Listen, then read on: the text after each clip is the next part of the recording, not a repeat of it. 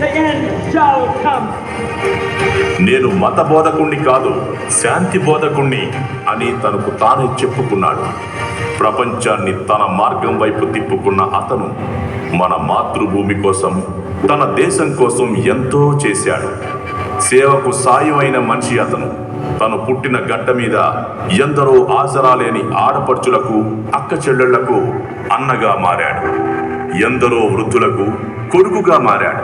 మనిషి పట్ల మనుషులుగా బాధ్యత లేని ఈ రోజుల్లో ప్రపంచ సమాజం పట్ల ఓ బిడ్డగా బాధితుల బాధలు మోసే పల్లకి అయ్యాడు. సమస్యల సిలువను మోసే బలవంతుడయ్యాడు. 1963 సెప్టెంబర్ 23న ఆంధ్రప్రదేశ్ విశాఖపట్నం జిల్లా చిట్టివలసలో సంతోషమ్మ, బర్నబాస్ దంపతులకు జన్మించిన కేఏ పాల్ గారు తన 19 ఏళ్ల వయసులో తన తండ్రితో పాటు శాంతి బోధనలు మొదలుపెట్టాడు. అక్కడి నుంచి అతని వాక్కు దైవవాక్కుగా ప్రపంచం మొత్తం వ్యాపించింది. ప్రపంచం అతన్ని కేఏ పాల్గా పరిచయం చేసుకుంది.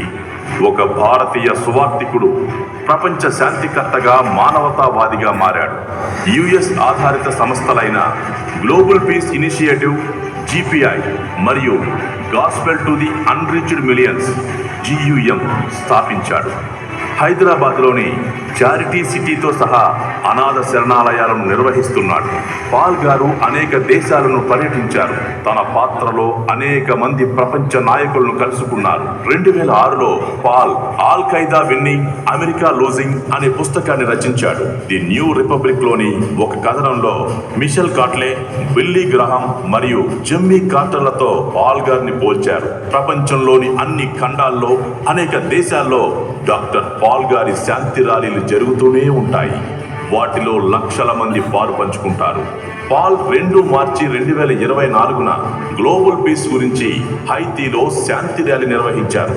కేఏ పాల్ గారు తన బోయింగ్ 747SP విమానాన్ని గ్లోబల్ పీస్ అంబాసిడర్స్ అనే పేరుతో ప్రపంచ శాంతి కోసం అనేక దేశాలు పర్యటించి ఎన్నో ప్రచ్ఛన్న యుద్ధాలని ఆపాడు.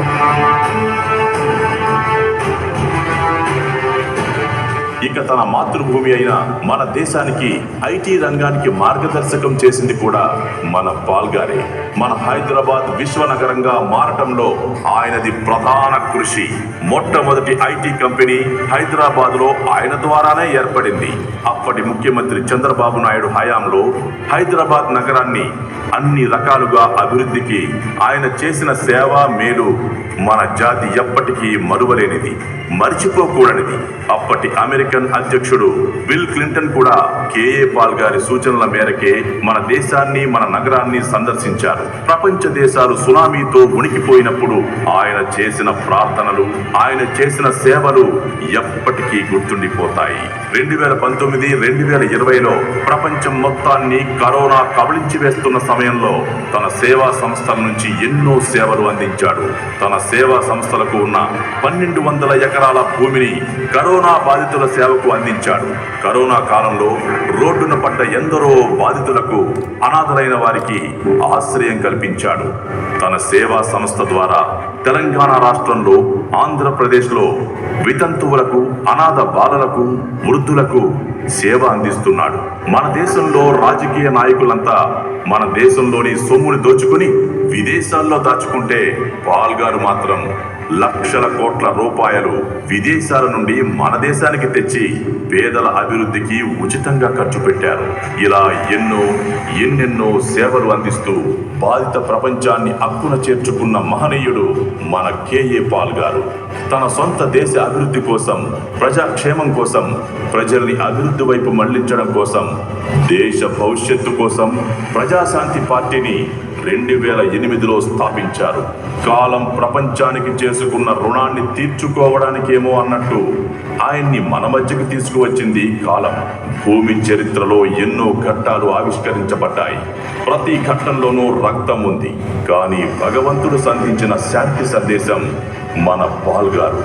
ఎన్ని మాటలు చెప్పుకున్నా మాటలకి, పదాలకి, అక్షరాలకి అందని వ్యక్తిత్వం ఆయనది. అతను ప్రపంచానికి చేసిన సేవలకు కళ్ళు మూసుకుని చేతులు జోడించి కన్నీళ్లతో కృతజ్ఞత చెప్పుకోవడం తప్ప ఏం చేయగలం? కేఏ పాల్ ఎన్నటికీ నిలిచిపోయే ఓ సత్యం. గుర్తించడం వల్ల సత్యం విలువ పెరగదు, గుర్తించకపోవడం వల్ల తరగదు. అది ఎప్పటికీ విశ్వంలా నిలిచే ఉంటుంది. కేఏ పాల్ విశ్వ నగరపు వీధుల్లో శిఖరపు అంచులపై ఎగిరే ఓ శాంతి పతాకం. కేఏ పాల్ రక్తంలో కొట్టుకుపోతున్న ఈ ప్రపంచానికి ఓ శాంతి సందేశం. కేఏ పాల్ దేశాలనే శాసించగల ఓ విశ్వ మానవుడు. మనం నమ్మినా నమ్మకపోయినా ఇదే నిజం. ఇప్పుడు వైజాగ్ నుండి ఎంపీగా పోటీ చేస్తున్నారు. ఇలాంటి నిస్వార్థ నాయకుడిని గెలిపించుకుంటే అది మనకే కాదు, మన భావి తరాలకు, మన రాష్ట్ర భవిష్యత్తుకు, మన దేశ ప్రగతికి బంగారు బాట వేసిన వాళ్ళం అవుతాం.